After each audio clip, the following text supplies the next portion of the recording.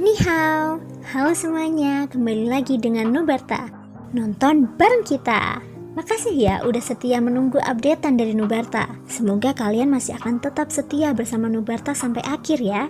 Nah, kalau gitu nggak perlu lama lagi.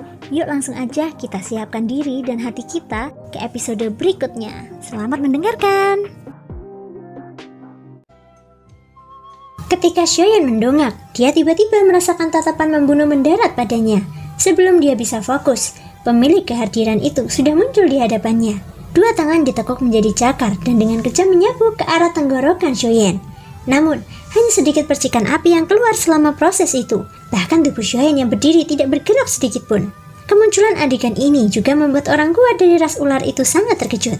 Dia tidak menyangka bahwa dengan kekuatannya, dia masih tidak mampu melukai tubuh fisik manusia di depannya. Bagaimana ini mungkin? Kekuatan fisik klan ular laut kita secara alami lebih kuat daripada klan lain. Bagaimana mungkin kita bahkan tidak bisa melukai manusia? Selain terkejut, orang ini juga membelalakan matanya. Wajahnya dipenuhi rasa tidak percaya saat dia melihat ke atas. Segera setelah itu, dia melihat dengan jelas bahwa tenggorokan Shoyan yang terbuka ditutupi dengan banyak sisik aneh yang berwarna ungu emas. Serangan dari orang sebelumnya telah diblokir oleh sisik-sisik ini. Orang kuat dari klan ular laut itu tiba-tiba mengalami perubahan ekspresi. Mungkinkah orang di depannya juga berasal dari klan binatang iblis? Namun, sebelum dia sempat mengangkat kepalanya, Shoyan tiba-tiba mengepalkan kelima jarinya dan menghantam wajah orang itu. Suara benturan yang tumpul bercampur dengan suara tulang yang patah. Orang itu hanya merasakan seluruh jiwanya bergetar hebat. Kemudian, ketika dia jatuh ke tanah, dia sudah pingsan. Setelah menghabisi orang di depannya dengan pukulan, Shoyan mengangkat kepalanya dan melihat ke atas. Dia mengerutkan keningnya. Meskipun dia telah menghabisi salah satu dari mereka, masih ada banyak ras ular yang bergegas ke arahnya di langit. Ada banyak sekali makhluk yang bahkan lebih kuat dari yang sebelumnya, dan jumlah mereka sangat banyak. Pertarungan yang tidak dapat dihindari sedang bergegas menuju Shoyan. Melihat situasi saat ini, jika dia tidak bisa menghabisi seluruh klan ular laut di langit, dia tidak akan bisa meninggalkan pulau ular dengan mudah. Memikirkan hal ini, hati Shoyan tak kuasa menahan rasa jengkel. Awalnya, ia ingin masuk ke perguruan tinggi Beihai, tetapi ia tak menyangka akan menemui begitu banyak rintangan di sepanjang jalan. Shoyan menghirup udara dalam-dalam. Tatapannya menyapu langit dan segera memilih orang klan ular laut yang kuat yang lebih dekat dengannya. Tubuhnya bergetar dan dalam sekejap mata, dia sudah muncul di depan orang itu. Kemudian, di bawah tatapan terkejut orang itu, sebuah tinju menghantam perutnya dengan keras. Kekuatan dahsyat itu menyebabkan yang terakhir kehilangan semua kekuatan tempurnya. Kesadaran dalam benaknya menghilang. Kemudian ia jatuh terduduk ke tanah seperti mayat. Cara tercepat untuk mengakhiri pertempuran ini bukanlah dengan membunuh tanpa henti. Tujuan Shoyan hanyalah membuat klan ular kehilangan kekuatan tempur mereka. Lagi pula, dia tidak ingin berkonflik dengan klan kuat di lautan. Itu hanya mendatangkan lebih banyak masalah baginya. Setelah belasan pukulan, lebih dari 10 orang kuat dari klan ular telah kehilangan kekuatan tempur mereka. Namun, ketika Shoyan mengangkat kepalanya, masa hitam pasukan klan ular di langit masih mengirimkan hawa dingin ke tulang punggungnya. Wajah Shoyan menjadi suram karena ini. Dengan begitu banyak lawan, bahkan jika dia meninju satu orang, dia tidak tahu berapa lama waktu yang dibutuhkan. Pada saat ini, di bawah pengepungan klan laut, beberapa ahli manusia di pulau itu secara bertahap menunjukkan tanda-tanda kekalahan. Beberapa ahli manusia yang lebih lemah bahkan mulai mati di tangan klan laut satu demi satu. Berdasarkan situasi saat ini, jika pertempuran terus berlanjut, satu-satunya cara untuk mengakhiri pertempuran yang kacau ini adalah dengan mengorbankan nyawa para manusia kuat. Setelah 100 prajurit klan laut terpilih, pertempuran yang kacau ini secara alami akan berakhir. Shoyan tidak bisa menunggu sampai saat itu. Dia sudah tidak sabar dengan perguruan tinggi Beihai dan Haimochan. Kalau begitu, aku hanya bisa menggunakan cara ini. Setelah berbicara, kekuatan spiritual yang besar dan dahsyat segera menyebar dari antara alis Shoyan. Segera, kekuatan itu menutupi seluruh medan perang. Merasakan kekuatan jiwa ini, bahkan Wang Ziyuan dan Komandan Su di langit tidak dapat menahan diri untuk tidak menoleh untuk melihat Shoyan. Segera setelah itu, Shoyan perlahan mengangkat tangan kanannya dan merentangkan kelima jarinya. Api putih muncul dari telapak tangannya. Itu, api surgawi. Wajah Wang Ziyuan dan Komandan Su berubah drastis. Mata mereka berdua menunjukkan keterkejutan. Namun, pemandangan berikutnya membuat hati mereka semakin terguncang. Mengikuti pikiran Shoyan, api putih yang muncul dari telapak tangannya segera berputar. Segera setelah itu, lingkaran gelombang api putih menyapu ke segala arah di langit, dengan Shoyan sebagai pusatnya. Menghadapi lingkaran gelombang api yang tampak biasa ini, hampir semua orang yang hadir memilih untuk mengabaikannya. Sebagai Dodi dengan Doki yang melindungi tubuh mereka, apa yang bisa dilakukan lingkaran api belaka terhadap mereka? Akan tetapi, ketika lingkaran api yang tampaknya biasa ini bersentuhan dengan tubuh para prajurit suku laut, api itu mulai membakar dengan ganas seolah-olah bersentuhan dengan kayu kering. Doki di permukaan tubuh mereka yang digunakan untuk pertahanan malah menjadi bahan bakar bagi api tersebut. Di tengah gelombang seruan itu, semua orang yang hadir melihat pemandangan aneh. Ketika api putih yang menyelimuti tubuh orang-orang itu berangsur-angsur menghilang, yang muncul di depan semua orang adalah sosok manusia yang disegel dalam es. Tanpa kecuali, orang-orang itu semuanya adalah ahli dari klan laut. Kemunculan pemandangan ini langsung menimbulkan kegaduhan besar di Pulau Ular. Semua orang di pulau itu terkesiap. Selanjutnya, semua prajurit ras laut mundur ketakutan menghadapi pemandangan aneh ini. Bahkan niat bertarung gila di hati mereka tidak dapat mendukung mereka untuk melangkah maju. Melihat orang-orang dari klan yang sama berubah menjadi patung es di bawah nyala api, kemungkinan tidak ada seorang pun yang dapat menahan hal semacam ini. Dalam sekejap mata, hampir setengah dari ahli klan ular laut disegel dalam es, sedangkan sisanya, mereka semua mundur dari pulau ular dengan ketakutan di hati mereka. Suasana di pulau itu tanpa disadari menjadi sunyi. Keheningan semacam ini membuat orang-orang merasakan kengerian. Setelah itu, Shoyan yang menjadi pusat perhatian semua orang akhirnya perlahan membuka matanya. Tatapannya dengan dingin menyapu anggota klan laut yang telah mundur dari pulau ular. Suara yang mendominasi perlahan keluar dari mulutnya. Siapapun yang berani melangkah maju, mereka akan berakhir seperti orang-orang ini. Suara dingin itu bergema di antara langit dan bumi, melihat para ahli klan laut yang disegel dalam es. Meskipun mereka bisa merasakan jejak kehidupan dari mereka, pemandangan aneh dari sebelumnya telah menyebabkan orang-orang ini kehilangan semua niat bertarung mereka. Yang tersisa hanyalah ketakutan yang tak berujung. Metode pertempuran yang aneh seperti itu adalah sesuatu yang belum pernah mereka lihat sebelumnya dalam hidup mereka. Melihat wajah ketakutan anggota klannya sendiri, wajah Komandan Su langsung berubah muram. Mengenai metode Shoyan, orang lain mungkin tidak tahu, tetapi dia dan Wang Ziyuan sangat jelas tentang hal itu. Dia hanya meminjam keuntungan dari api surgawi. Jika semua anggota klannya bergegas maju, bahkan jika Shoyan mendapat bantuan dari api surgawi, dia tidak akan mampu melawan 100 orang. Pada saat ini, alasan mengapa ia mampu mengintimidasi orang banyak adalah karena ia meminjam rasa takut di hati orang-orang ini terhadap hal yang tidak mereka ketahui. Bagaimanapun, metode Shoyan memang aneh di mata orang-orang biasa. Dasar sampah. Dia hanya meminjam api surgawi untuk menakut-nakuti kalian, tapi kalian tidak berani maju. Dengan mentalitas seperti itu, apa hak kalian untuk memasuki perguruan Yuan? Setelah memarahi anggota suku mereka sendiri, orang-orang suku laut yang awalnya takut segera mulai bergerak. Keinginan untuk bertarung di mata mereka sekali lagi muncul. Dengan raungan keras, mereka menyerang Shoyan yang berada di atas pulau ular melingkar. Namun, hasil akhirnya sama saja dengan orang-orang sebelumnya. Adegan aneh muncul sekali lagi. Puluhan orang yang telah menyerbu ke depan sekali lagi disegel dalam es. Adegan ini memadamkan keberanian yang baru saja menyala di hati orang-orang suku laut di belakang. Tidak peduli seberapa marah Komandan Su menegur, tidak ada lagi gerakan kali ini. Brengsek, bocah, aku akan mengurusmu dulu. Hati Komandan Su langsung menjadi geram ketika anggota klannya memperlihatkan penampilan seperti itu. Dia berbalik dan sepasang mata sedingin es langsung mendarat di tubuh Shoyan. Dia hendak menyerang. Komandan Su, jika kamu ingin menyerang orang-orang di pulau ini, kamu harus bertanya kepadaku terlebih dahulu. Pada saat ini, Wang Ziyuan selangkah lebih cepat, tubuhnya melesat dan dia sudah berada di depan Komandan Su.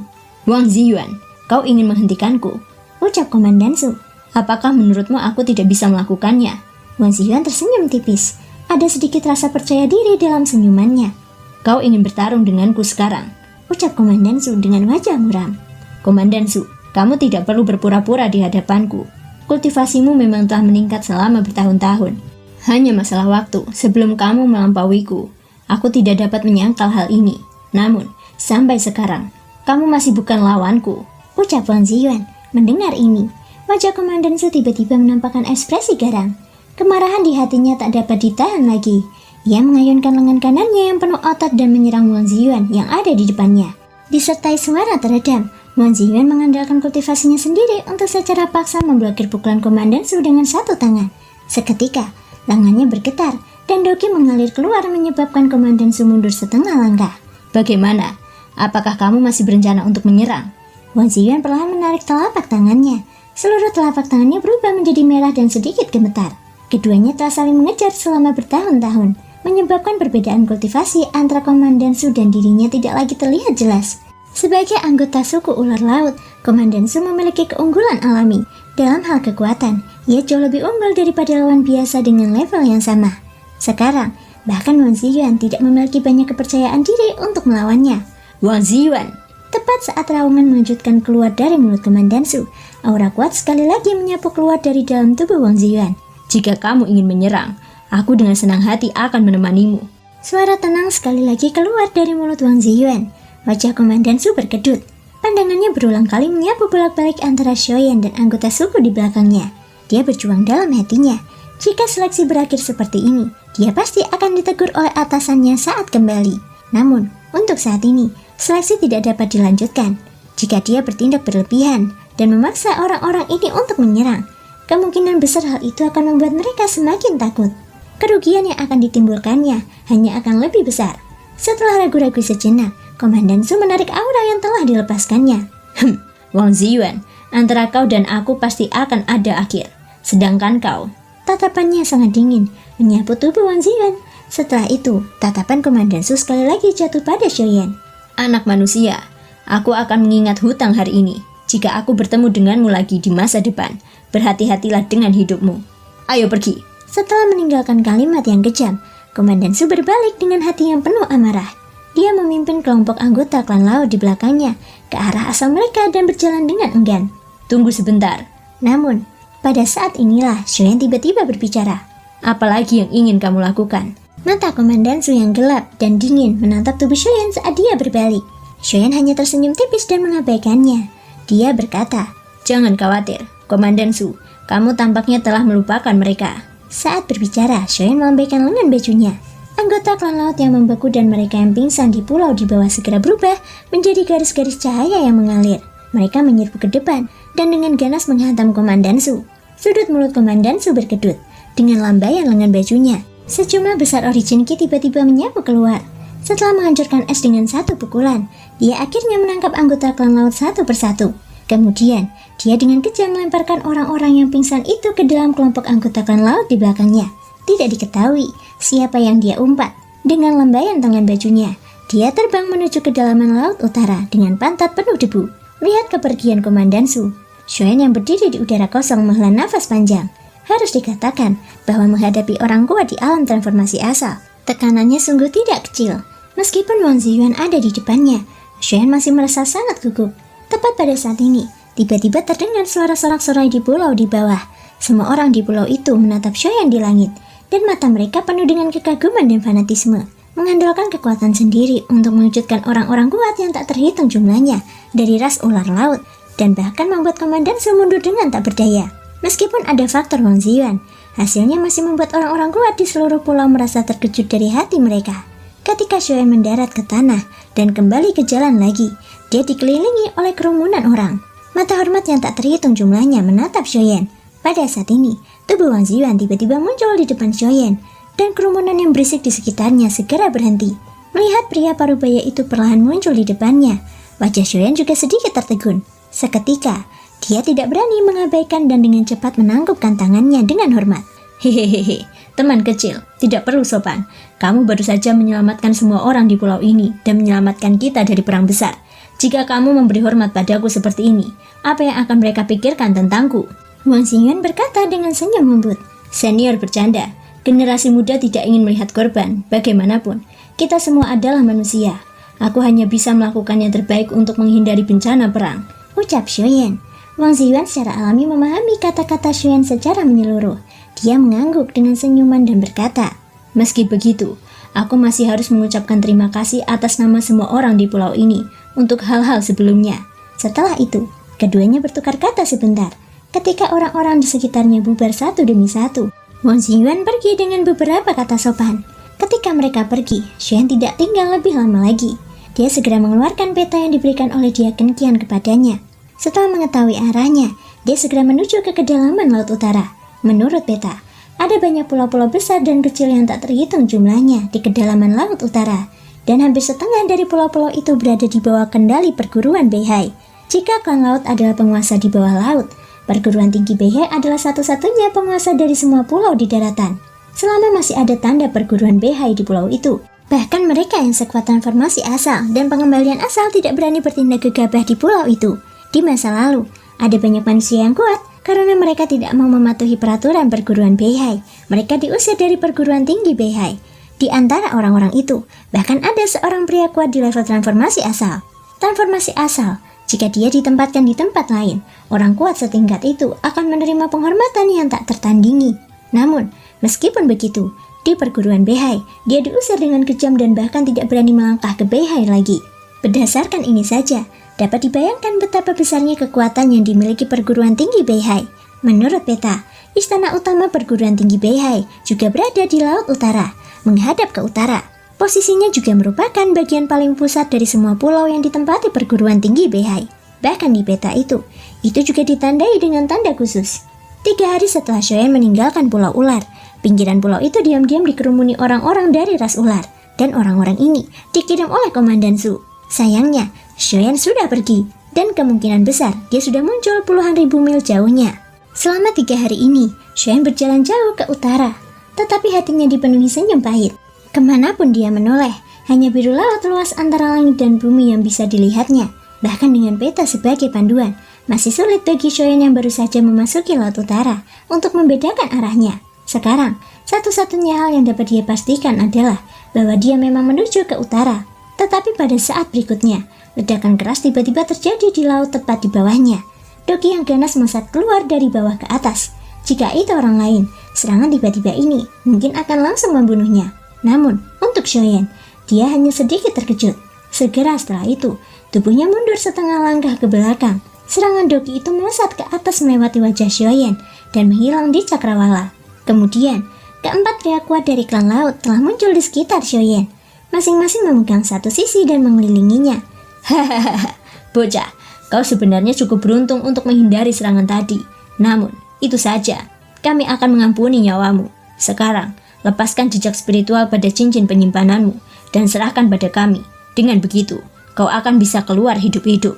Terima kasih semua sudah mau mendengarkan dari awal sampai akhir. Sampai jumpa di episode berikutnya.